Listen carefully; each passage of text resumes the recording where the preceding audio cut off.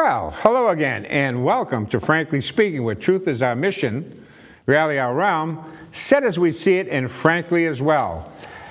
Let's get right to Frankly Joe, and I'll introduce our guest. By the way, Citizen Malcolm Mitchell. How are you? Very good. I introduced you a little earlier, but what the heck, you know? Okay, thank you very much for inviting me. We want to listen to, look, if you want to know what's happening in the city of Lynn, you better talk to people from the city of Lynn, you know? That's right. And you've been around a little bit. Five kids? Quite a few years. We'll get into that. They did it. Yep. The trash fee was voted upon and enacted. Now let's see if the city can manage its budget.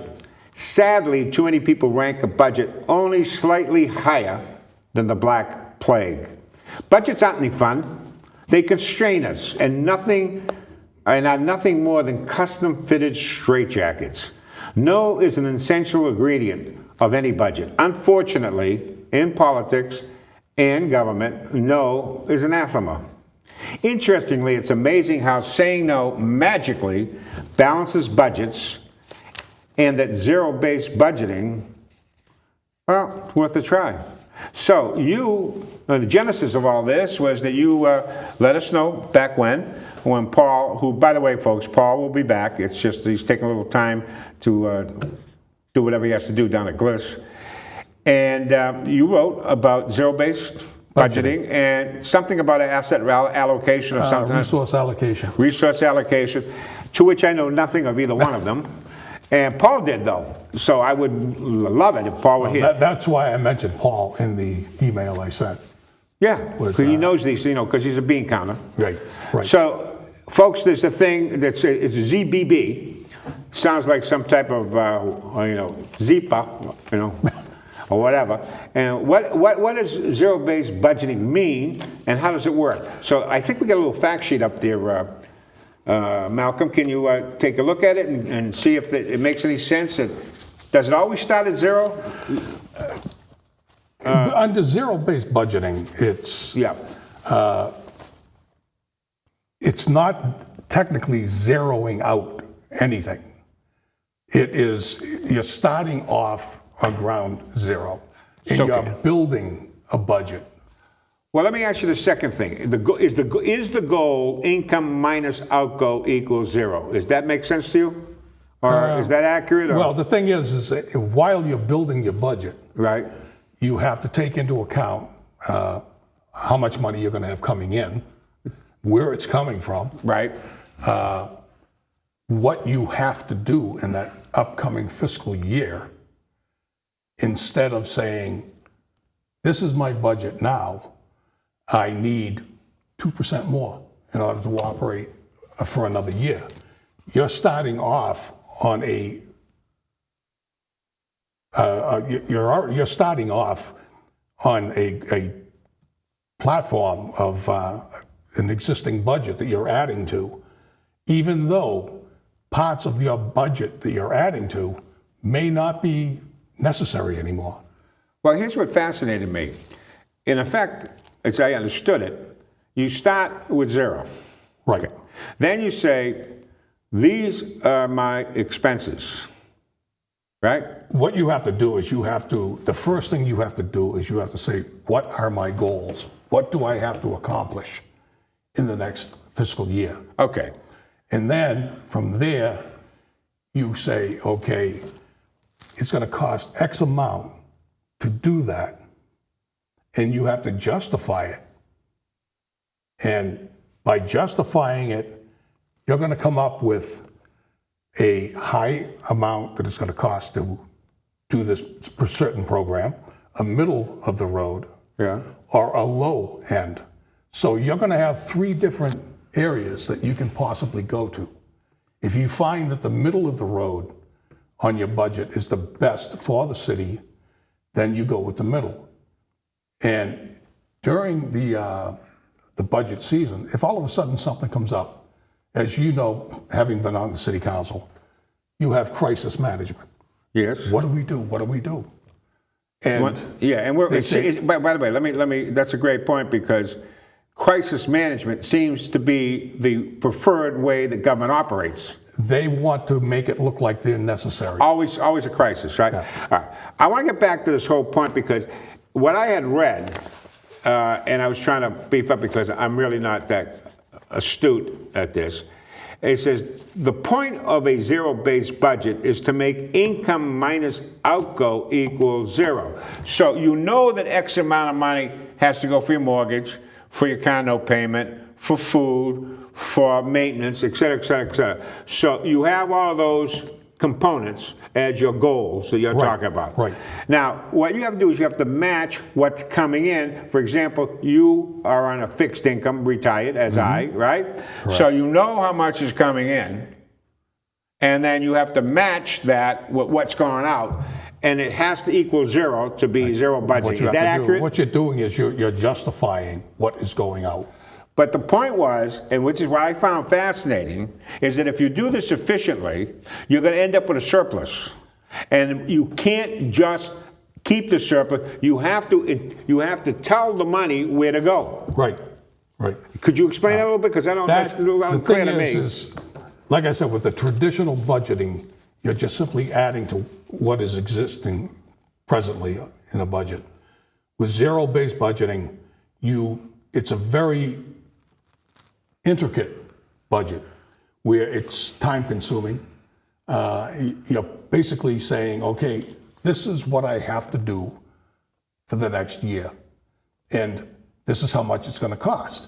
Now, you're going to justify that, and you may find out it's not going to cost you as much. You're going to save money. So what happens then? Then that money can either be returned to the taxpayer. But you have to tell her where to go, right? Right, or you will put it into the Reserve fund. Reserve fund. Okay, or the now let me rainy day ask this, fund. because the mayor on our show back a while made a salient point, is that when you do, the fiscal year, by the way, just happened, right? Yes, I believe it's. So when she isn't it in July? put the mayor, July 1st, when she put her budget together, she does that on the best case. She has to anticipate, in a sense. She has no control over how many kids are going to be registering to go to school post facto in September. That's if one she's of the- saying, I expect this budget to be the school budget, and that's predicated on, she puts a factor of 4 or 5% Right. She's addition, dealing with and all variables. of a sudden, she gets this surge of unaccompanied minors from Guatemala. And that affects the budget negatively, and she hadn't anticipated that. Isn't that's a problem, isn't it? That is one of the problems that you would run into with zero-based budgeting. Zero-based budgeting. It's not flexible. Is that the point? It's basically a cast in concrete system, but you can adjust it. Okay. The thing is back 40 years ago when this zero-based budgeting was originally founded by Texas Instruments. Texas Instruments? Yes. Is that Russ Perot? No. Okay. No.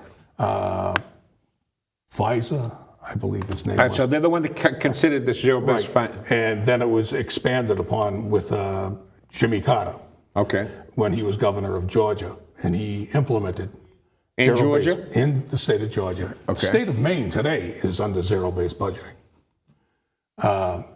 But the thing is back at that time, you didn't have the variables that you have today.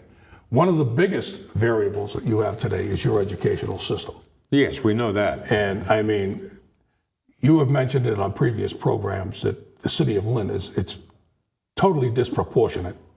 The amount of children that we have to educate.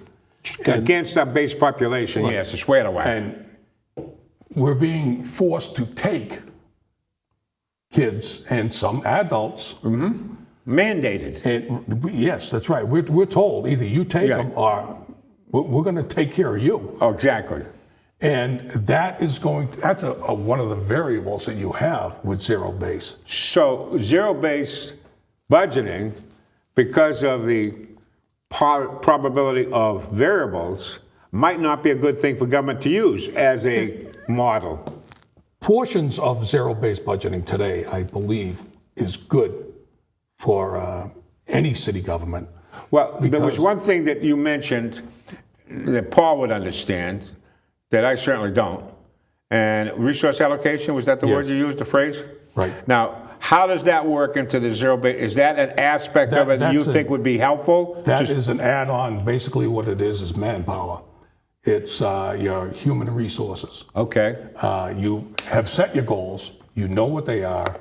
You know how much it's going to cost you. Now you come up with how many people do we need to do this? Okay. And by doing it that way, you figure out how many people you need. You may find out that you don't need as many people. And unfortunately, somebody is going to be laid off.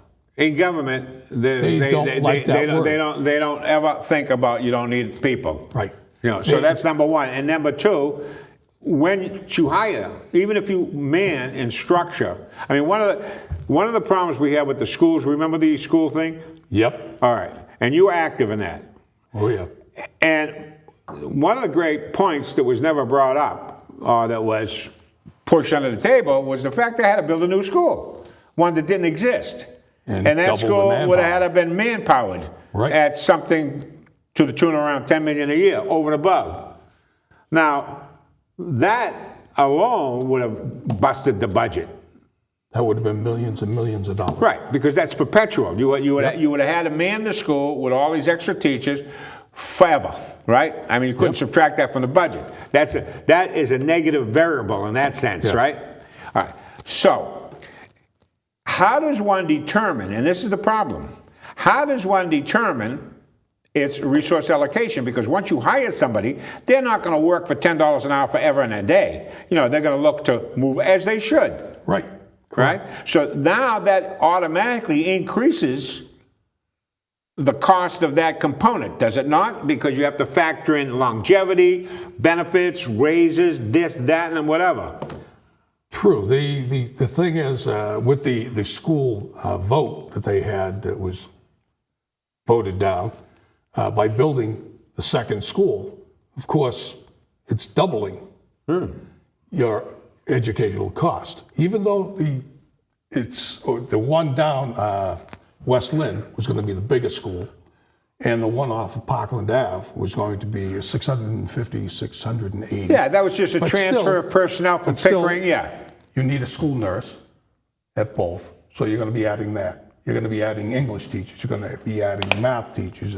You're going to be adding an entire school population. Everything you just said is duplicated. Plus means up, taxes and costs, right? Right. So if you don't have look, as we stand now, last week they put on a fee, as you know, for trash on people with principally unoccupied, up to 6 families, and also on businesses, and nonprofits. Thank you very much. They should pay their freight.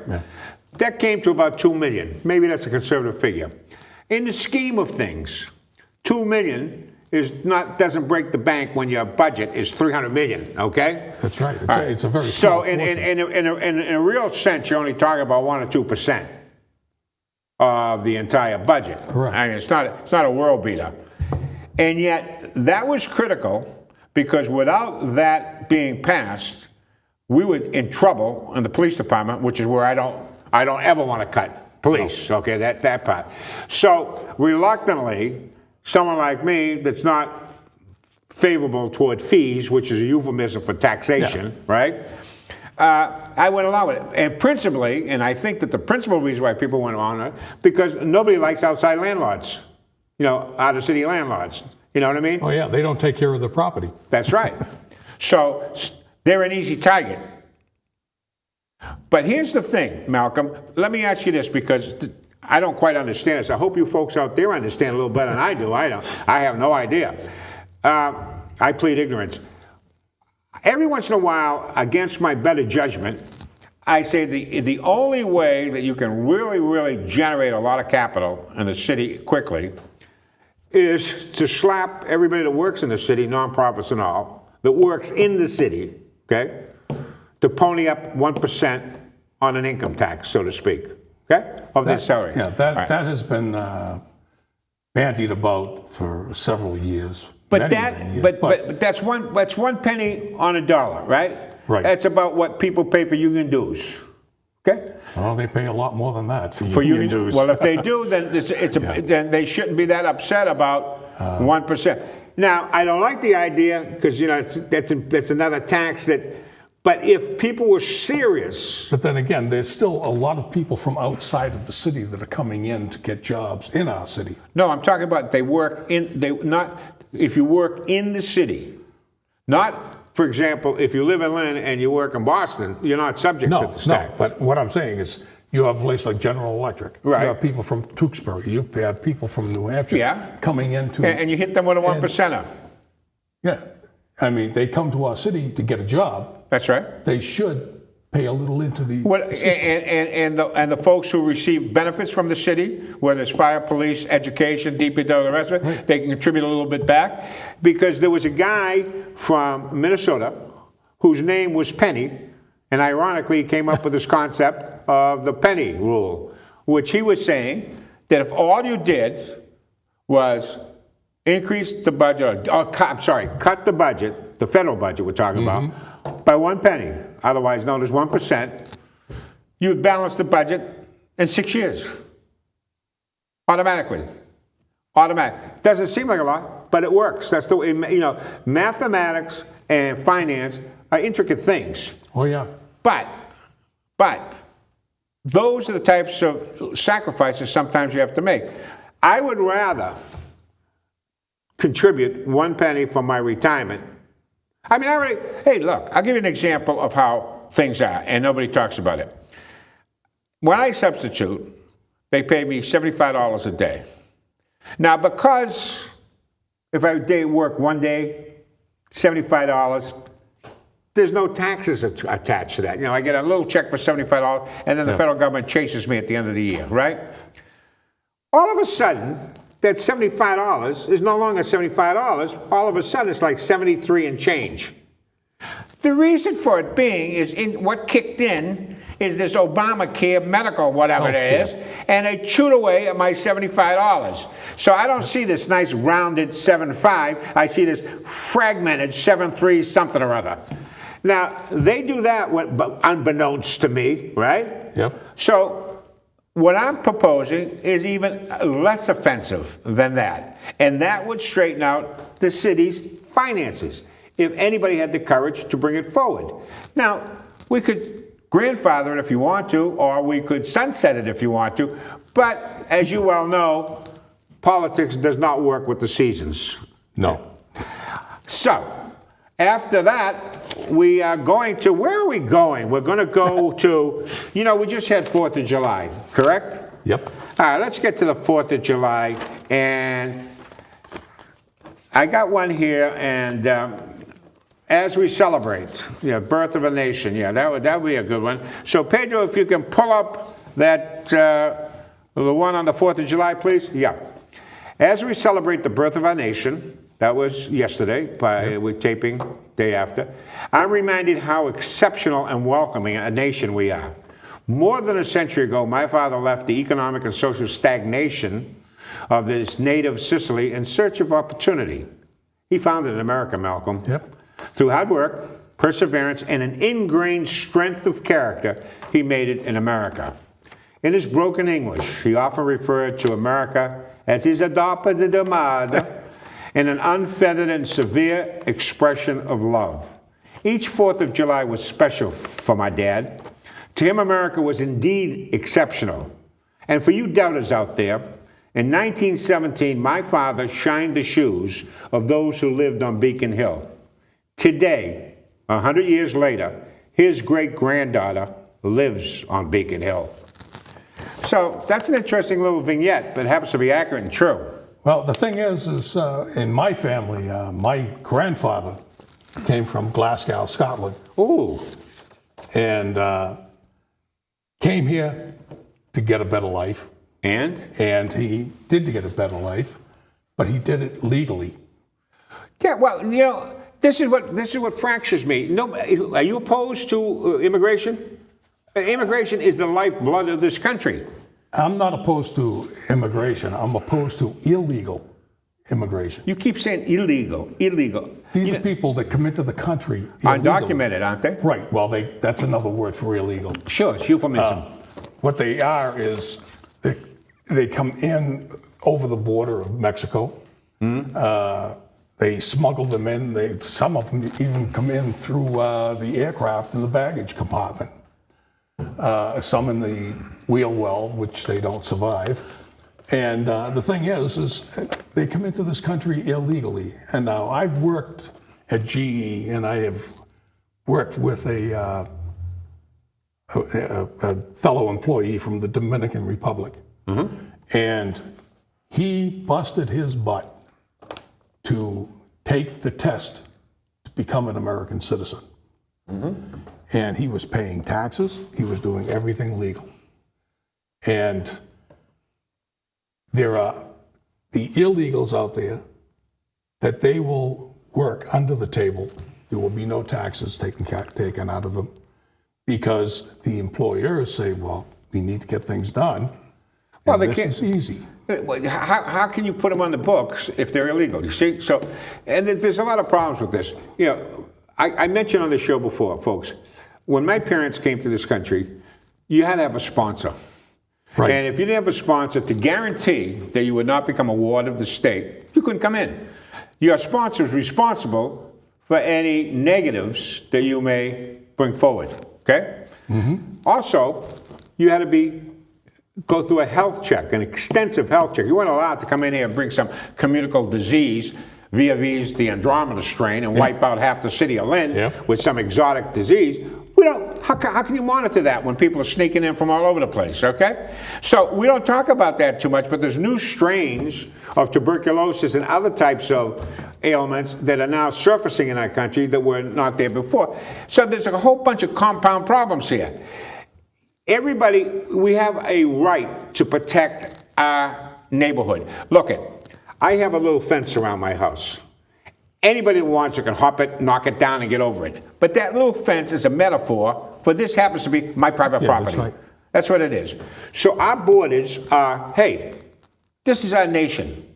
You know what I mean? This is my home. Yep. You don't have any right to jump over the fence, go to my refrigerator, and have my meal.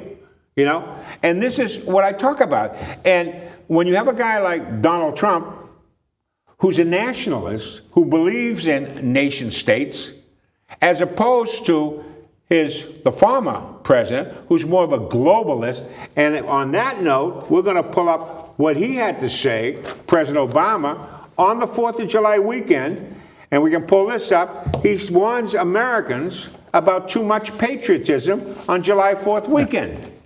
I found that to be an odd headline.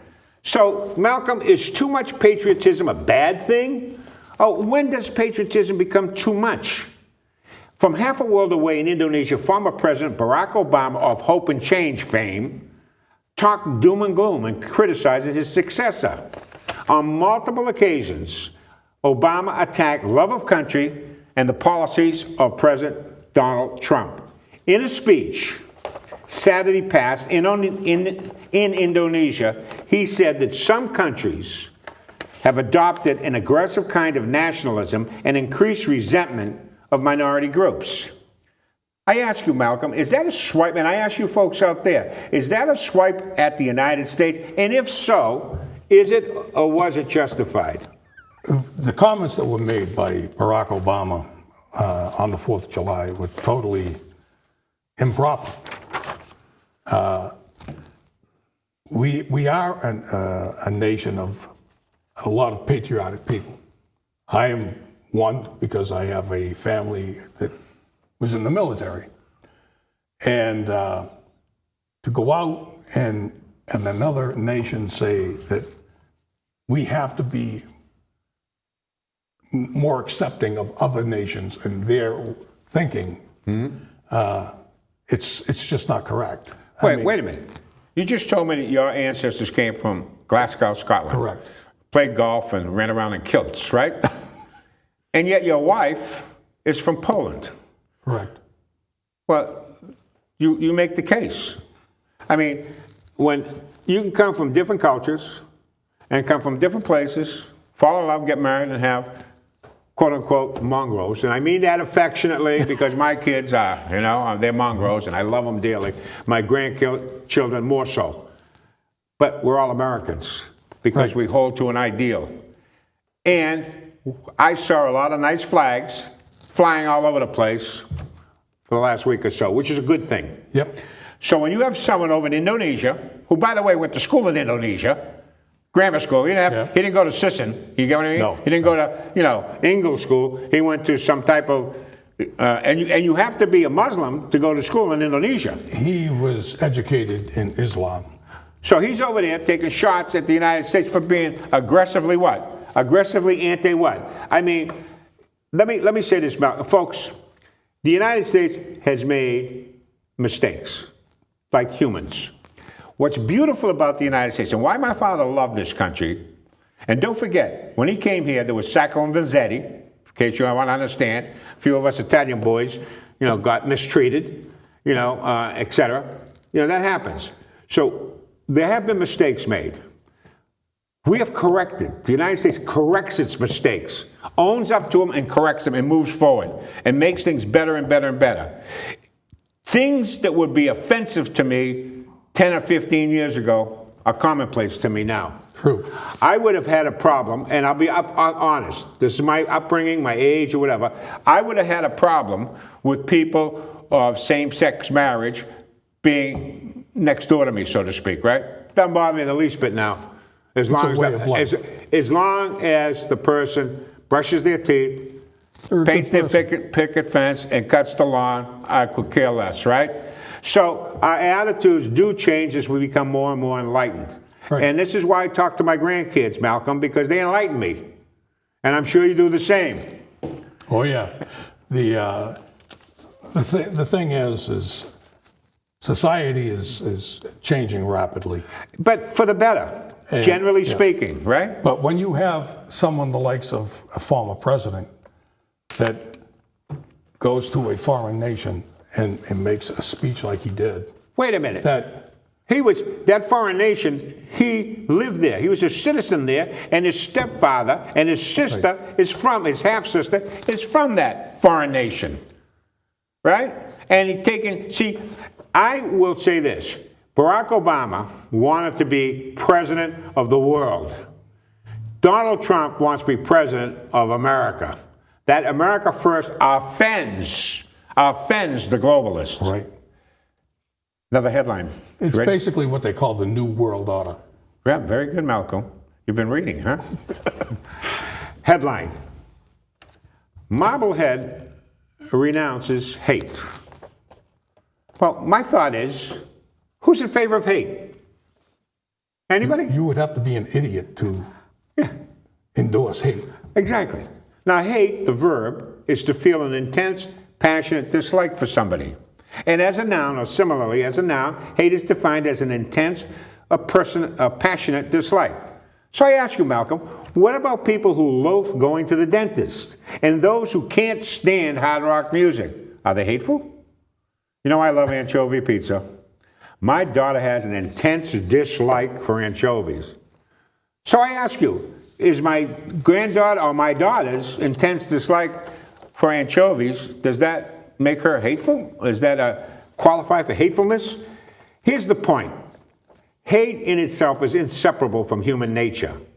Although it is true that society must always guard against evil intent and loudly renounce bigotry and hatred, it is equally imperative that society must offer precise definitions.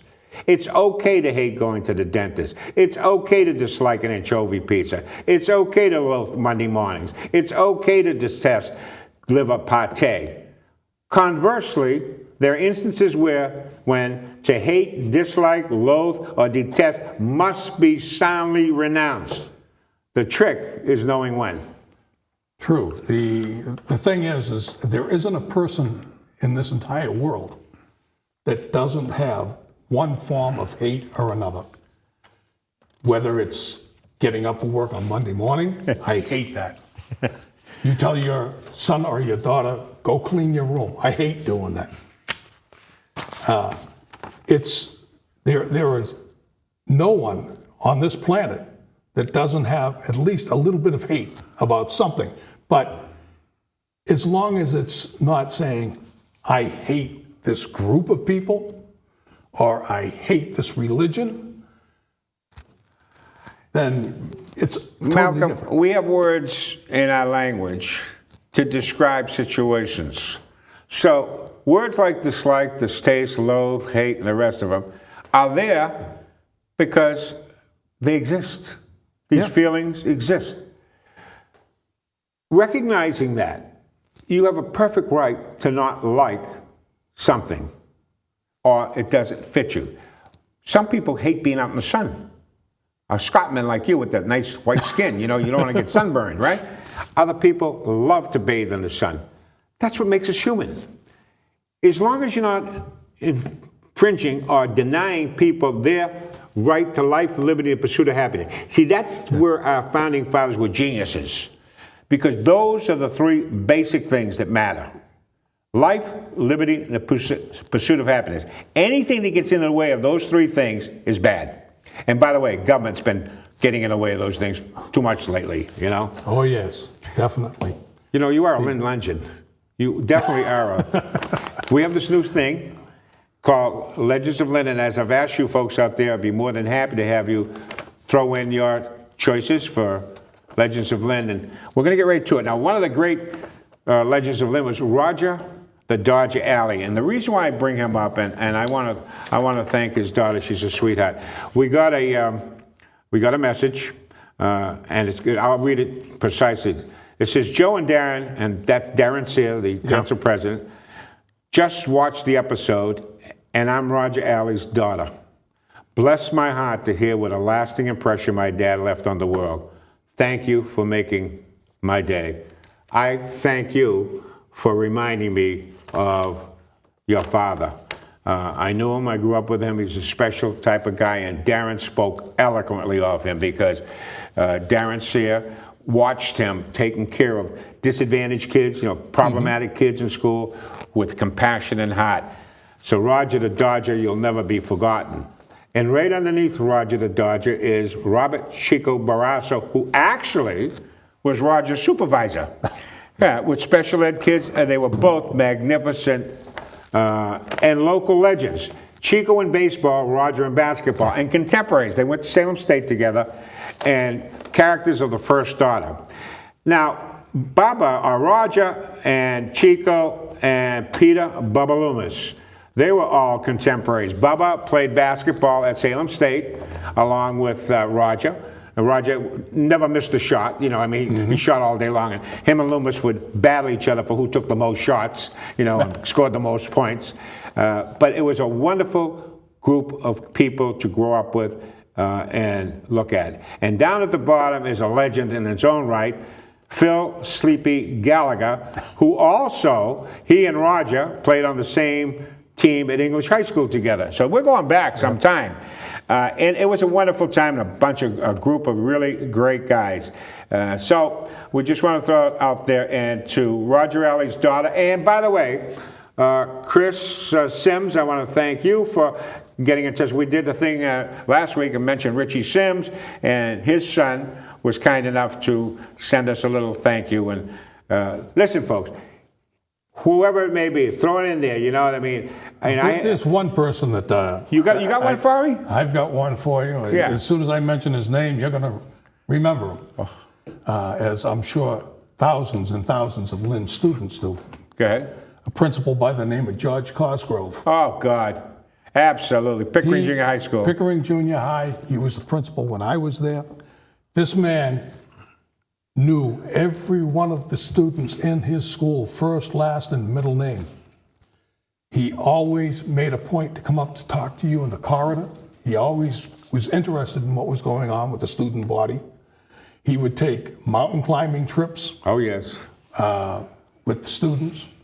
And an example of how much of a brain power this man had was I had been away from Pickering Junior High for a long, long time. I was working at GE. And I was down at the old Building 52, working there in the West Lynn site, which is now going to be a market basket. And I went over to a variety store to get the newspaper. And in the variety store was George Cosgrove. And I went up to him, I said, "How are you doing, Mr. Cosgrove?" He remembered my first, last, and middle name. And the year that I graduated. Oh, yeah. And I mean, that is a remarkable. He lived a very long, fruitful Yes. life. I believe he was a military man at one point in time. Yes, I think. What year did you graduate from Pickering, roughly? 1963. In 1966, after you had graduated, that was my first contract as a teacher. I worked under George Cosgrove, and I can tell you folks out there that everything you said about him, He was an incredible man. you could put a big, exponential, or whatever you want to say. He always had a smile on his face too. Extraordinary man. Great choice, by the way, Malcolm. Yeah, Get to your pile here. he was an incredible principal. An incredible man. Yes, he interacted with the student body of that school. We need more of those today. By the way, Roger Alley is in that same vein in a different way. Same with Bobby Chico Barrasso. They were great educators in their own right. And they dealt with, just like George said, everybody was valuable. Every child was valuable to George Cosgrove, to Roger Alley, to Bobby Barrasso. Witty. What good fortune for those in power that people don't think. Adolf Hitler. Your turn. The best argument against democracy is a 5-minute chat with the average voter. Winston Churchill. I remember when legal used to mean lawful. Now it means some kind of loophole. Leo Kessler. That's I true. love that Absolutely true. one. What's the meaning of his is? Yeah, oh, yeah. Well, democracy, where any two idiots outvote a genius. And that's anonymous. It's not too bad, though. It's right to the point. Right to the point. We have things to think about, Malcolm. Yes. So you're going to start off with the first things to think about. And do you have it? I hope you have it. Well, there it is right here. Things to think about. Okay. Okay. You got it? The guy's thinking there. And things to think about, folks. O.J. Simpson was originally cast to play the Terminator, but the studio was afraid that no one would buy him as a remorseless killer. This is your baby, right up your alley. You and Paul, the bean counters. Okay. When adjusted for inflation, John D. Rockefeller is the richest man in the history of the world with a net worth 10 times more than Bill Gates. Is that something? That is amazing. Yeah. How about this one? There are more vacant houses than homeless people in the United States. That's true. Isn't that Absolutely interesting, though? true. And the thing is that could be taken care of if they gave the people the incentives to go in, let them buy the house for $1 and refurbish it and put it back on the tax roll. Well, that would be a good idea. And Detroit in particular. All right, what about this one here? It would take 1,000 years to watch every video on YouTube. Yeah. It's true. Yeah, imagine trying to do that. I look at YouTube every day and I see something that is of interest. You subscribe to it. I looked just this morning and noticed that I've got about 150 subscriptions. Wow, you gotta last another 1,000 years there. I know. I've got a long ways to go. Men are 6 times more likely to be struck by lightning than women, and I think that's because they play too much golf. That's right. And they're under too many trees. Yeah, I love this next one. Going to work is statistically 3 times more dangerous than war. Can you believe that one? Yeah, well, with driving into work and so forth, yes, you've got crazy people on the roads. Well, this one applies to me. The chance of you dying on the way to get lottery tickets is actually greater than your chance of winning. I wish I understood that. That is true. I mean, the thing is the lottery was instituted to make money for the state. Yeah. Not to make money for you. Thank you, Malcolm. That's pearls of wisdom. That's why we listen to folks, Citizen. This is Citizen Malcolm, Citizen Kane, remember him? Well, we have Citizen Malcolm Mitchell here. And lastly, Citizen Mitchell. Earth is the only planet not named after a god. My daughter took issue with that because that's polytheistic, and she's talking, what God are you talking about? I said, Mount Olympus. She said, I don't know about that. A chameleon. Now, a chameleon is a person who often changes his or her belief or behavior in order to please others to succeed. And a type of lizard that changes the color of its skin to look like the colors around it. On that note, on Labor Day, this is mark it down. Now, you got to mark this down. Watch this one.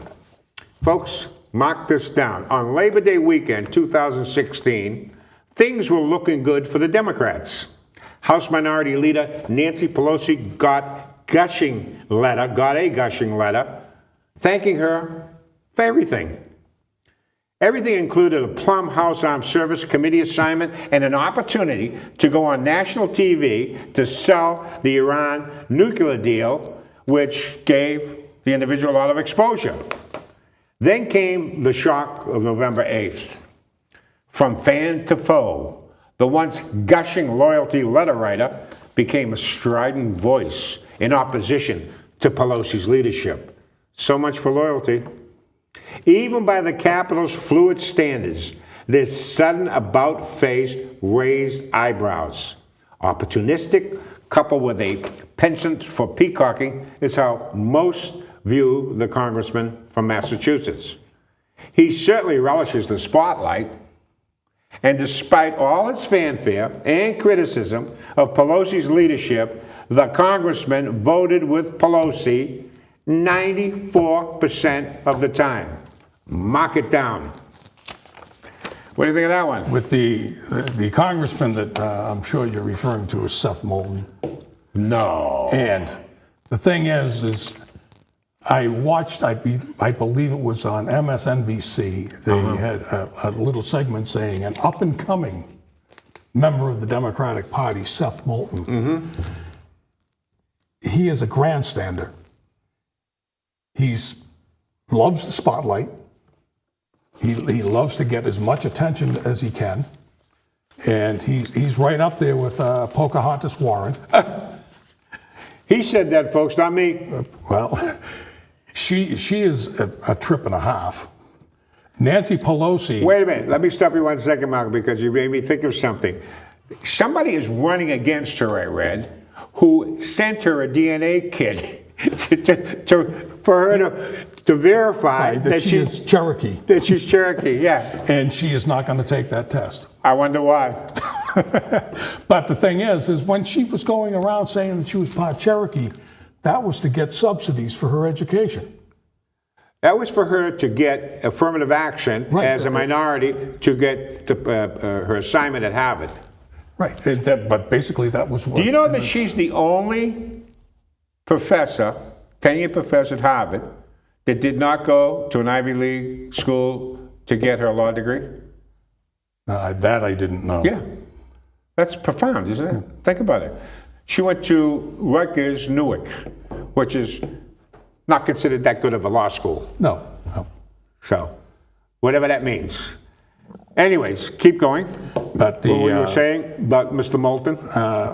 Like I said, with him, the more attention he gets from the news media, or the fake news media as it's referred to today, the more his peacock plume comes out. And he struts his stuff, this and that. I mean, I get emails from him all the time about his town hall meetings. Yeah. And if you disagree with him at a town hall meeting, he shuts you down. Well, I'm fascinated by how people are able to, let me rephrase that. Years ago, I wrote a little poem. Think I can remember it? I have to look it up. But the essence of the poem was the seeing blind. And it was about people who have perfect vision, but couldn't see anything. You know, they might as well have been blind. because everything escaped them. The sight, Yep. that was it. And once upon a time, there was a guy named Peter Sellers. Remember him from the Pink Panther? Yes. Yes. Peter. Great actor. I loved him. But he was in a car with Stanley Kubrick, who was the director, put him into that Dr. Strangelove where he played multiple parts. And he said, you know what I love about you, Peter? You're an empty vessel. You have no personality. You have nothing. So I can fill you with any character I need. And that's the way I view a Seth Moulton type or Elizabeth. Wow. They are the epitome of a chameleon. They will, and you know who else was like that? Remember John Kerry? The weather vane. Go The with Kennedy wannabe. Yeah, I mean, I would like someone to come up and say, you know what? I am going to go to Washington and not suggest passing any laws whatsoever. I would love them to talk about reality. Folks, I may run against one of these guys at my age, and here's my predicate. Don't worry about term limits because I'm not going to live that long. You know what I mean? Yeah. What is wrong with a little wisdom? Why is everybody infatuated by a young bachelorette who's about to get married, by the way, at age 38? So what type of life experiences does he have? He spent his whole life planning on becoming president of the United States, right? True. And I kind of like people who spend their whole life working at the GE, raising 5 boys. Boys? 3 girls, 2 boys. Okay. But 5 kids. Yep. Who did the normal. They did newspaper routes and the rest of it, right? Yep. True. Well, why don't I take someone like that and say, why don't you run the show for a little bit? Get some life experiences. Absolutely. Just show the people exactly what's going on in the nation instead of having your politicians that will come up with facts and figures and bore you to death. Utterly bore you to death. And just simply, let's talk about the bread and butter issues. Let's talk about what is affecting America today. Not 15% of this, 20% of that, all these figures. Let's talk about what the people really are thinking. And the thing is you have, under Donald Trump, he is in the presidency to represent the people. He is not in there to make a name for himself. God knows he already had that name. He had that money. He had everything. He just wants to go in there and do something to help this country. Well, I hope you're right. And yet, he is being lambasted. No, tell me about it. Worse than any president in the history of this country. Well, I'll tell you what. We're going to get to comments. And again, I mentioned earlier, and thank you, Christopher Sims, who gave us a nice word about mentioning his father. Apparently, we did a show, I did a thing on the ferry, and there was a number of comments about the ferry service, which has been resurrected. And here's it goes. Let me read them to you. One of them is, another waste worse than bringing the subway into Lynn. That's what one of our respondents said. That's the point there.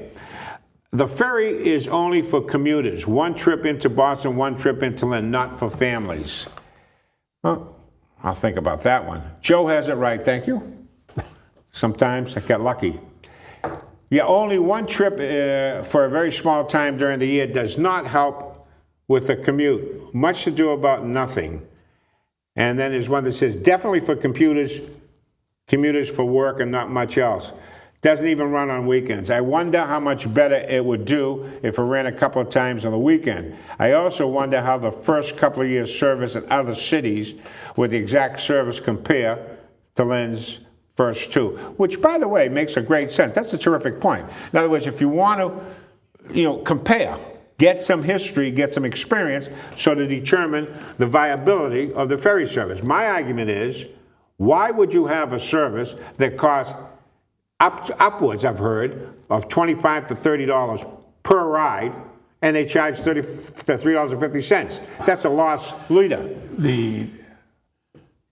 That in itself, if it can't sustain itself, it shouldn't be there. Exactly. So why is it that the Lynn item gets behind it, touts the fact that the ferry is going to be back in service as if it's some type of wonderful thing. Charlie Baker shut it down, not because he wanted to penalize his people in the city of Lynn, it's because it wasn't viable. And so, why is Senator McGee so intent upon, or put so much capital into resurrecting the ferry? I don't understand it. What he needs is an issue for his campaign. But why would you attach your wagon onto that falling star? He wants to. I really shouldn't say, but because I can't speak for him, but the impression that I get is he wants to say, I was the one that saved the ferry. I was the one that got it back. Yeah, but that's... And the thing is even though it is costing us money to keep that ferry going. How many folks from Lynn do you think actually took that? How many people, has anybody done a quantitative, try to figure out a qualitative basis? Has how many people from outside of Lynn taken as opposed to Lynnites? I don't think they've done any kind of research on that. The thing is if it was a lot of people that were taking it on a daily basis, going into Boston to go to work and then coming back, then it would be self-sustaining. Of course. But to put in a major program like the ferry service and lose $20, $25, $30 per ride, yeah. It's ludicrous to keep it going. Yeah. Well, so anyways, we got a lot on that. And once again, I want to thank Roger's daughter for the nice note and be proud of the fact you had such a wonderful father. Well, it was wonderful having you here, Malcolm, and hope you come back. And folks, listen, citizenship is a very valuable thing. And I'm glad to hear from you. I want to listen to you. Any of you want to come on, let us know. We'll set it up. Until we meet again, have a great week.